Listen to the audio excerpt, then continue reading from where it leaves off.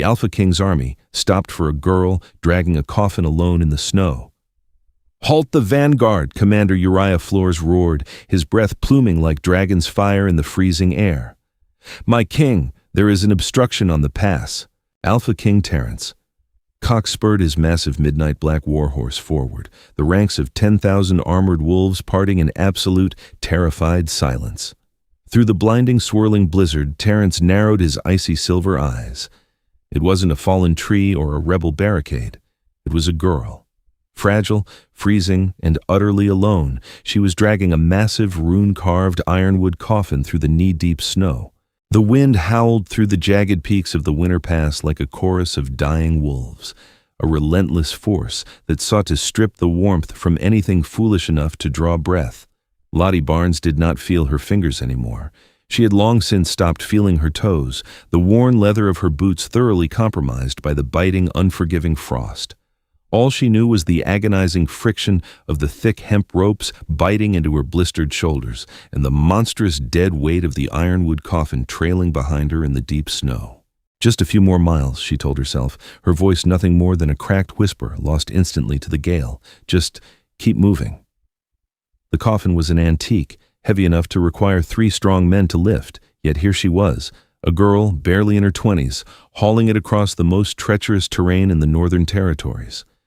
The wood was black as midnight, etched with ancient fading wards that pulsed with a faint, almost imperceptible warmth, the only thing that had kept her from freezing to death 3 nights ago.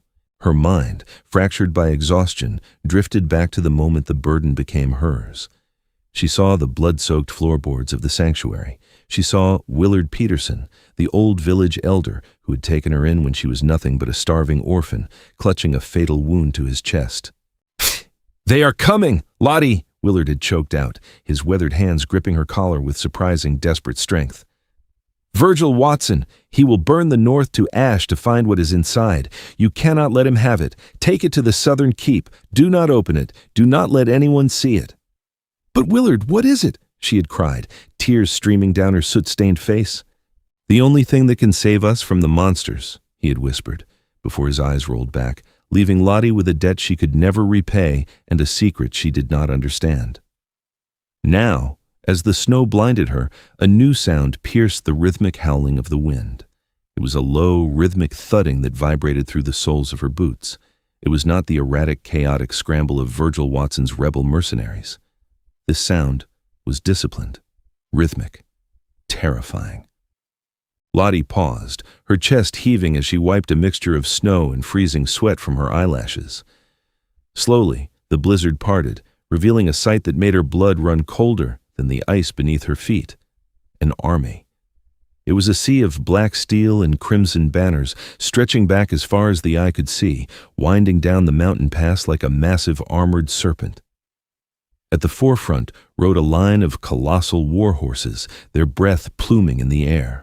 At their center sat a man who seemed to absorb the little light the winter sun offered, Alpha King Terrence Cox. Even in the lawless North, his name was spoken in hushed, terrified whispers.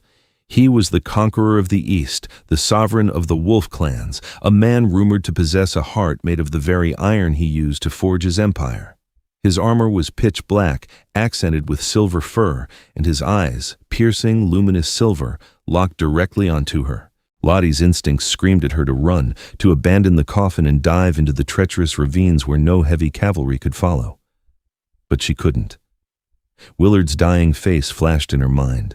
She tightened her grip on the ropes, squaring her aching shoulders. She stood her ground, a tiny, fragile speck of defiance against a tidal wave of military might.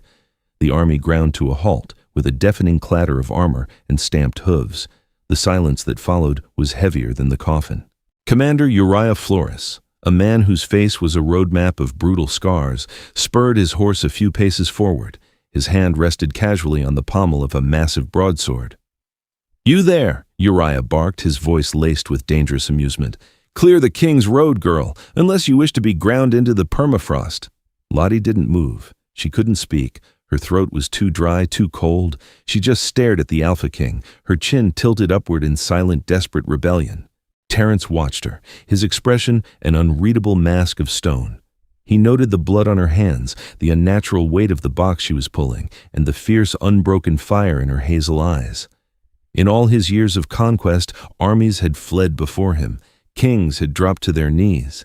Yet here was a half-starved girl standing squarely in the path of 10,000 soldiers, guarding a wooden box. "Commander?"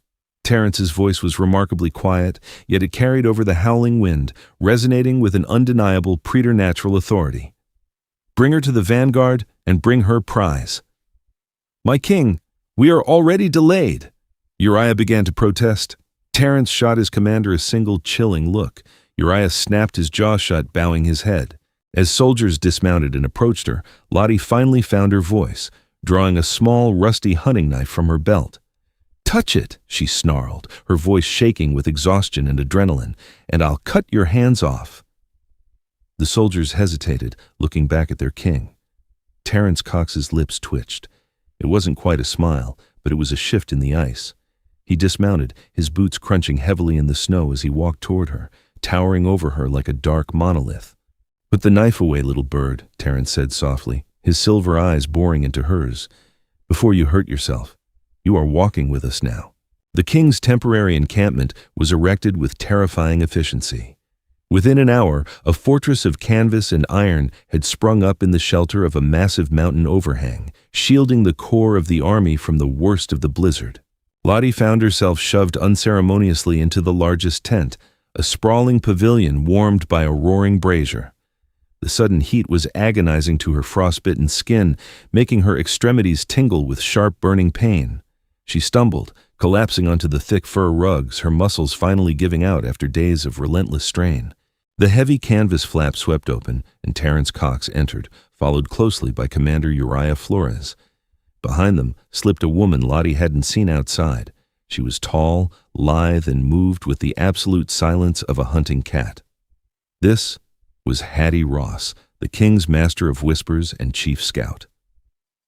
Hattie leaned against the main tent pole, her sharp dark eyes assessing Lottie with a mixture of suspicion and grudging respect.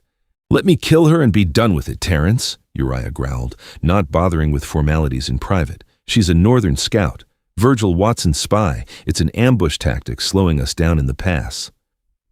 "If she is a spy," Hattie chimed in, her voice a smooth, melodic drawl, "she is a remarkably dedicated one.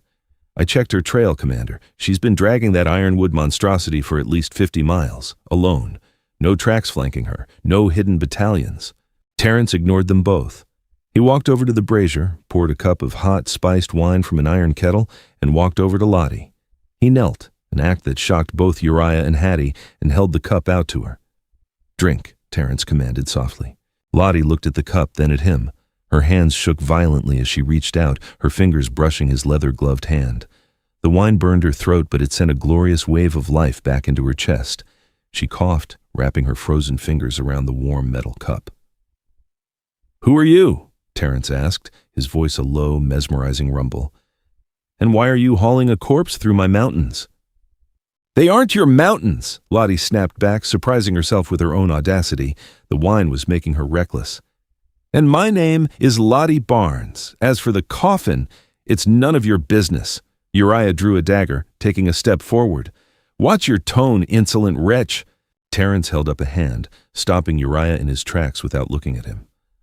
"Lottie Barnes," he tasted the name on his tongue. "You are running from someone. The blood on your coat is not yours. It's fresh. 3 days old at most. You are heading south. The only thing south of here is my capital." He leaned in closer, his silver eyes catching the firelight. "What is in the box, Lottie?" "I don't know," Lottie lied, though technically it was the truth. She hadn't opened it. Hattie stepped forward, a wry smile playing on her lips. "She's lying, or half lying. The runes on that box are old magic, Your Grace, sealing magic. You don't put a dead body in a box like that unless you expect it to wake up." "Open it," Terrence ordered. "No!" Lottie lunged, not at the king, but toward the tent entrance where the coffin had been deposited just outside the flap. Terrence caught her easily, his massive hand wrapping around her upper arm. He wasn't hurting her, but his grip was like an iron vice. "You are in no position to deny me, Lottie," Terrence said, his face inches from hers. She could smell pine, leather, and the metallic tang of snow on him. Virgil Watson has incited a rebellion that threatens to tear this continent apart. I am marching to crush him. If that box contains a weapon, a prisoner, or a plague, I will know." "If you open it," Lottie breathed, her eyes welling with tears of frustration. "The wards will break. Willard said the wards must hold." "Who is Willard?" Hattie asked sharply. "Willard Peterson," Lottie replied, defeated. Hattie and Uriah exchanged a dark look. Terrence's jaw clenched. "Willard Peterson is dead," Terrence stated flatly. "My spies reported his village was massacred by Virgil Watson's men a week ago." "He is dead," Lottie whispered, the grief finally catching up to her. "He died in my arms. He gave me the coffin. He told me to keep it from Virgil at all costs." Terrence released her arm, standing up slowly. The atmosphere in the tent had shifted. The unpredictable nature of the king was legendary. One moment a tyrant, the next a calculating scholar. "If Virgil Watson wants it," Terrence mused, looking toward the tent flap, "then it is valuable. Commander Flores." "Sire, double the perimeter guard. We hold here for the night. The blizzard is worsening." Terrence looked back down at Lottie. "You will stay in my tent, Lottie Barnes. If you try to run, you will freeze. If you try to steal the coffin, Uriah will kill you. Tomorrow, you will tell me everything about Willard Peterson, and then we will open the box." Lottie curled into a tight ball on the furs, her heart pounding.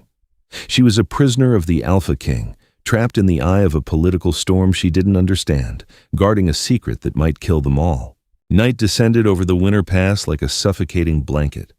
The howling wind outside masked the sounds of the camp, creating an isolated, eerie silence within the king's pavilion. Lottie lay awake, staring at the glowing embers of the brazier. Terrence sat at a heavy oak table across the tent, studying parchment maps by the light of a single candle. He hadn't slept. He seemed to draw energy from the cold itself. "You should sleep," Terrence said suddenly, not looking up from his maps. "The march tomorrow will be brutal." "I can't sleep with you planning how to dissect my only reason for living," Lottie retorted, sitting up and pulling a thick wolf fur blanket tighter around her shoulders. Terrence finally looked up, setting his quill down. There was a strange intensity in his gaze, a crack in the cold facade. "You have loyalty, Lottie Barnes. It is a rare currency in this world. Virgil Watson's men fight for gold and fear. My men fight for glory and duty. But you are fighting for a ghost." "Willard wasn't a ghost. He was the only father I ever knew," Lottie said softly. "You kings and commanders, you move armies across maps and count casualties as numbers. Willard knew every name in our village, and Virgil slaughtered them all because of whatever is in that box." Before Terrence could respond, a strange, unnatural sound pierced the night. It wasn't the wind.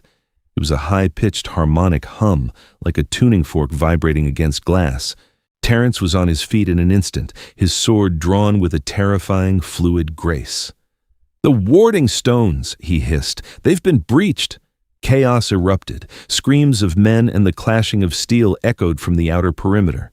The flap of the tent was violently torn open, and a bloodied guard fell dead onto the rugs, a black-fletched arrow protruding from his neck. "Assassins!" Uriah's roar echoed from somewhere outside. "Stay behind me," Terrence ordered, stepping over the dead guard and stepping out into the blinding snow. Lottie, driven by sheer adrenaline and the primal need to protect Willard's final wish, grabbed her rusty knife and followed him out. The camp was a nightmare of shadows and fire. Tents were burning, illuminating the falling snow with a hellish orange glow. Men clad in white furs, Virgil Watson's elite ghost warriors, were swarming the camp, moving with unnatural speed. But Lottie's eyes darted immediately to the ironwood coffin. It was sitting where the guards had left it, but 3 ghost warriors were already hacking at the ropes, trying to hook it to a sled. "No!" Lottie screamed, sprinting across the snow. A warrior turned, raising a wicked curved blade to strike the girl down. Before the blade could fall, a blur of dark leather and steel intercepted him. Hattie Ross appeared seemingly out of thin air, twin daggers flashing in the firelight as she dispatched the warrior with ruthless efficiency. "Get back, you idiot!" Hattie yelled at Lottie, parrying a blow from another attacker. Terrence was a force of nature. He fought not like a man, but like the wolf his clan was named after. His broadsword cleaved through armor and bone, his movements a deadly dance of absolute precision. He was fighting his way toward Lottie, carving a path through the assassins. Suddenly, Lottie saw her, standing atop a snowbank, watching the chaos with a serene, terrifying smile, was Myrtle Henderson. Myrtle was the wife of a southern duke, ostensibly a hostage guest traveling with the king to ensure her husband's loyalty. But as Myrtle raised her hands, purple dark magic sparking between her fingertips, Lottie realized the horrifying truth. Myrtle was the traitor. She was Virgil Watson's inside agent, the one who had dropped the camp's magical defenses. Myrtle leveled her hands at Terrence's exposed back as he fought off 3 men. A lance of crackling dark energy formed in her palms. "Terrence!" Lottie shrieked, abandoning all reason. She threw herself forward, tackling the Alpha King just as Myrtle unleashed the spell. The dark magic missed Terrence by inches, slamming violently into the ironwood coffin instead. There was a sound like a thunderclap. A shockwave of pure, blinding white light erupted from the box, throwing Lottie, Terrence, Hattie, and the assassins off their feet. The blast extinguished the burning tents and silenced the wind. Lottie hit the snow hard, her vision spinning. She groaned, tasting copper. As the snow settled, a terrifying silence fell over the camp. The assassins, realizing their element of surprise was gone and the prize was damaged, began to retreat into the shadows under Myrtle's signaled command. Lottie pushed herself up onto her knees, her breath catching in her throat.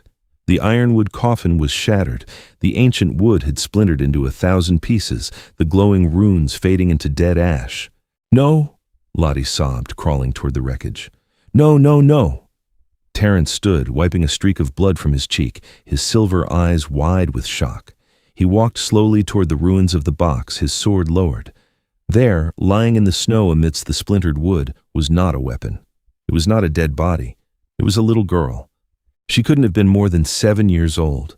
She was dressed in a simple homespun white dress, her pale skin glowing with a faint ethereal light. Her hair was a shock of silver, identical to the color of Terrence's eyes, and as Lottie crawled closer, she saw the child's chest rise and fall in a slow, rhythmic slumber. "Nettie," Lottie whispered, her voice cracking. Terrence stared at the child, the fearsome Alpha King rendered completely speechless. Uriah Flores, covered in the blood of his enemies, stomped over, his jaw dropping. "A child?" Uriah demanded, looking from the ruined box to Lottie. "You dragged a child through the winter pass in a cursed box?" "Itokur." "It was a stasis rune," Hattie breathed, stepping forward, her usual cynical demeanor replaced by profound awe. She knelt in the snow beside the girl. It put her in a suspended sleep, protecting her from the cold and hiding her life force from magical trackers. "Willard Peterson didn't give you a corpse, Lottie. He gave you the future." Terrence slowly sheathed his sword, the metallic ring loud in the quiet aftermath of the battle. "Who is she, Lottie?" Lottie scooped the freezing child into her arms, wrapping her own tattered coat around the girl. Nettie felt unnaturally cold, but her heartbeat was steady. "She is Willard's granddaughter," Lottie explained, tears freezing on her cheeks. "But that's not why Virgil wants her. She's a true seer. The first one born in a century. She can see the threads of fate. Virgil wants to use her to predict his enemy's movements. He wants to use her to win the war." Terrence's expression hardened, a complex storm of emotions brewing in his silver eyes. He had spent his life surrounded by warlords, assassins, and politicians who dealt in lies and bloodshed. He had looked at Lottie and seen another player in the game. He hadn't realized she was playing an entirely different game altogether. She was just trying to protect an innocent. "Myrtle Henderson," Terrence said, his voice dropping an octave, becoming something lethal and terrifying. "She was the traitor. She brought the wards down." "She escaped in the chaos," Uriah growled, his face twisted in shame. "My king. I failed to secure the perimeter." "You did not fail, Uriah. We were betrayed from within. A mistake I will rectify personally," Terrence said. He turned his attention back to Lottie, who was shivering violently, clutching the sleeping child to her chest. Without a word, Terrence stepped forward. He unclasped his own massive fur-lined black cloak, the mantle of the Alpha King, and swept it around Lottie and the child, enveloping them both in his immense warmth. The scent of him, strong and protective, surrounded Lottie. "You saved my life," Terrence said quietly, his gaze locking with hers. The ice in his eyes had melted, replaced by a burning, intense fire. You threw yourself in front of a warlock's spell to save a man who threatened to kill you.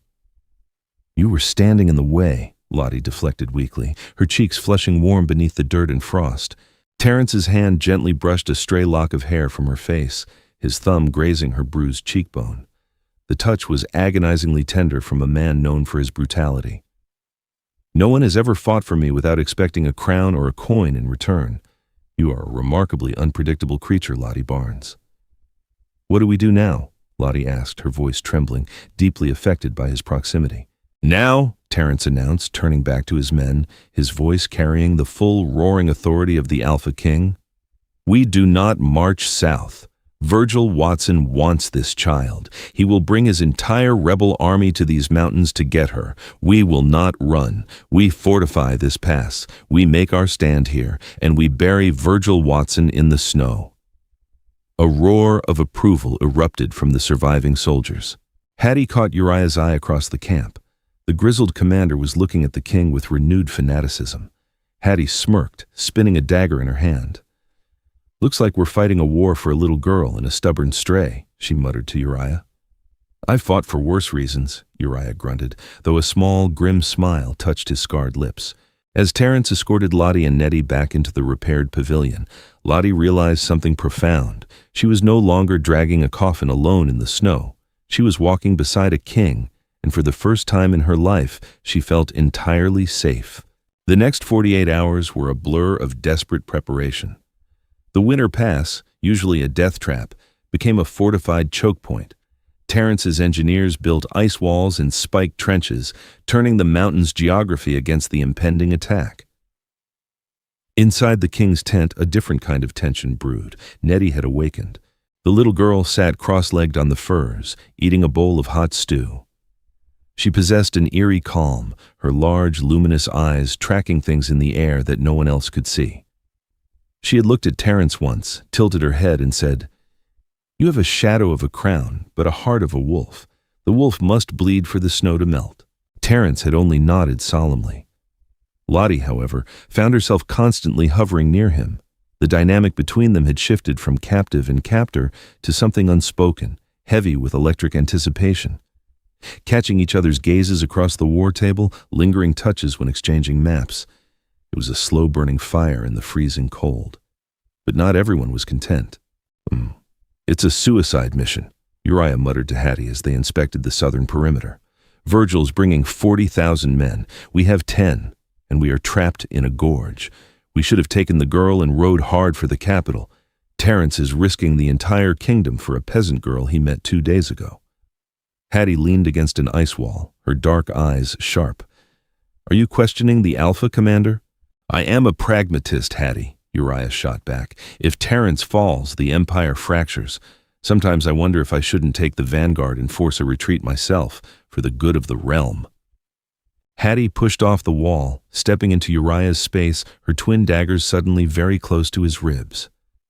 Listen to me, you scarred old bear, she hissed, her voice devoid of its usual mockery.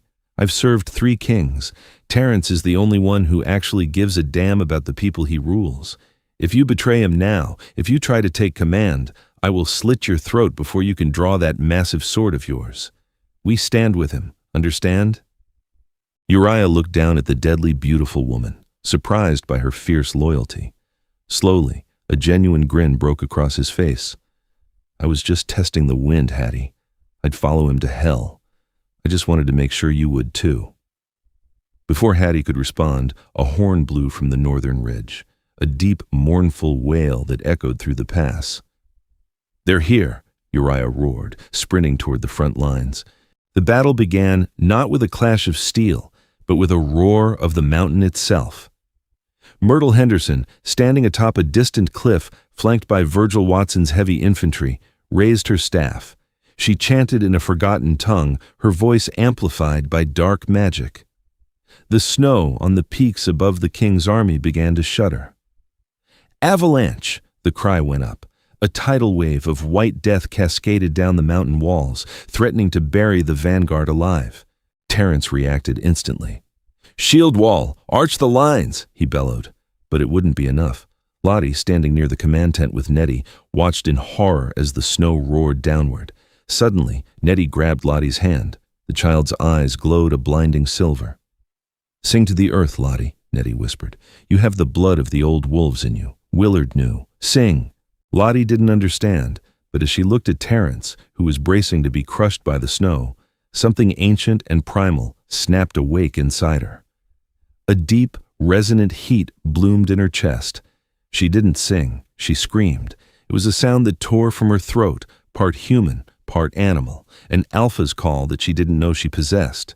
The sound wave hit the falling avalanche. Impossibly, the wall of snow hit an invisible barrier of kinetic force just above the army, splitting down the middle and crashing harmlessly against the sides of the gorge, burying Virgil's advancing vanguard instead of Terence's. Terence turned, staring at Lottie with absolute shock, his chest heaving. Lottie collapsed to her knees, gasping for air, the dormant magic within her instantly draining her strength. "Charge!" Terence roared, seeing the opening. He drew his broadsword, his eyes locked on the banner of Virgil Watson. "Leave none alive." The clash was apocalyptic. Uriah and Hattie fought back to back, a whirlwind of brute force and lethal grace. But Virgil Watson was no coward. Clad in golden armor, wielding a massive halberd, he met Terence in the center of the carnage. "You die today, boy king!" Virgil sneered, swinging the halberd in a deadly arc. "And I will take the seer to rebuild the world." Terence ducked the blow, bringing his sword up in a vicious counterstrike. "You will rebuild nothing, traitor. Your world ends here." The two leaders clashed, steel ringing against steel. But Virgil was bolstered by Myrtle's dark magic, his strikes unnaturally heavy. He landed a devastating kick to Terence's chest, sending the king stumbling backward. Virgil raised his halberd for the killing blow. Lottie, watching from the ridge, screamed Terence's name. She grabbed a fallen soldier's bow, her hands shaking, knocking an arrow. She had never fired a weapon in war. She closed her eyes, remembering Willard's steady hands. She let the arrow fly. It didn't hit Virgil. It soared over the battlefield and plunged directly into the glowing crystal at the top of Myrtle Henderson's staff on the cliffside. The crystal shattered. The magical feedback was instantaneous. Myrtle screamed as the dark energy violently imploded, engulfing her and throwing her off the cliff. With the magic gone, Virgil staggered, suddenly feeling the weight of his armor and his years. Terence did not hesitate. He lunged forward, sweeping his broadsword in a flawless, brutal arc. Virgil Watson fell, his golden armor stained red in the snow. The rebel army, seeing their leader fall and their sorceress destroyed, broke rank and fled back into the freezing wilderness. The battle was over. The pass belonged to the Alpha King. The silence that followed the battle was profound, broken only by the groans of the wounded and the crunch of boots on the blood-stained snow. Terence stood over Virgil's body, his chest heaving, his sword dripping. He looked exhausted, battered, and entirely victorious. Slowly, he turned and looked up the ridge. Lottie was sliding down the icy slope, her boots slipping, rushing toward him. She didn't care about decorum or the hundreds of soldiers watching. She threw herself into his arms. Terence dropped his sword, his massive arms wrapping around her, lifting her off her feet. He buried his face in her neck, breathing in the scent of her, grounding himself in the reality that they had survived. "You foolish, unpredictable girl," Terence murmured against her skin, his voice thick with emotion. "You saved me. Again." "We saved each other," Lottie whispered, pulling back to look into his silver eyes. She reached up, gently wiping the blood from his jaw. "You didn't have to stay and fight for us." "I did," Terence said, his gaze intensely focused on her lips. "Because a king without a heart is just a tyrant, and you brought my heart back to life." He leaned in, the harsh cold of the world fading away as his lips met hers. It was a desperate, hungry kiss, tasting of adrenaline, snow, and undeniable, overwhelming relief. Lottie kissed him back with everything she had, the heavy burden she had carried for so long, finally melting away in the heat of his embrace. When they finally parted, cheers erupted from the exhausted army. Uriah Flores walked up, leaning heavily on his sword, grinning through a bloody lip. Hattie stood beside him, her arm casually draped over the commander's shoulder, looking entirely too smug. "Well," Uriah grunted, "I suppose this means we have a new queen to deal with." Terence looked at Lottie, a rare, genuine smile illuminating his rugged face. "It seems we do." Nettie walked down the path, her small feet barely leaving prints in the snow. She walked up to Terence and took his massive armored hand in her tiny one. She looked up at the sky. The thick gray clouds that had blanketed the northern territories for months were finally breaking. A single brilliant ray of golden sunlight pierced the gloom, striking the bloodied snow and turning it to diamonds. "The wolf bled," Nettie said softly, her eyes clear and bright. "And the snow is melting. The winter is over." Lottie looked at Terence, her hand finding his. She had started this journey dragging a coffin, expecting only death and despair. Instead, she had found an army, a family, and a king who would move mountains for her. As the warmth of the sun finally touched her face, Lottie knew that Willard Peterson's final wish had been fulfilled. The future was safe. And so, the ruthless Alpha King found his greatest strength not in the might of his army, but in the unwavering resilience of a girl dragging the weight of the world through the snow. This cinematic tale reminds us that appearances are deceiving. Our heaviest, darkest burdens, our coffins, often contain the very seeds of our future salvation, if only we have the courage to keep pulling them through the storm. In real life, we all navigate our own personal blizzards. We carry past traumas, overwhelming responsibilities, or hidden fears. But if we remain fiercely loyal to our purpose, like Lottie, we might just collide with the exact forces meant to help us heal and conquer our seemingly impossible battles. Don't abandon your journey, no matter how cold it gets. If this story of unpredictable loyalty, breathless suspense, and epic romance moved you, please hit that like button, share it with fellow fantasy lovers, and subscribe to my channel for more emotionally rich adventures. What coffin are you dragging today, and who is helping you pull it? Let me know in the comments below.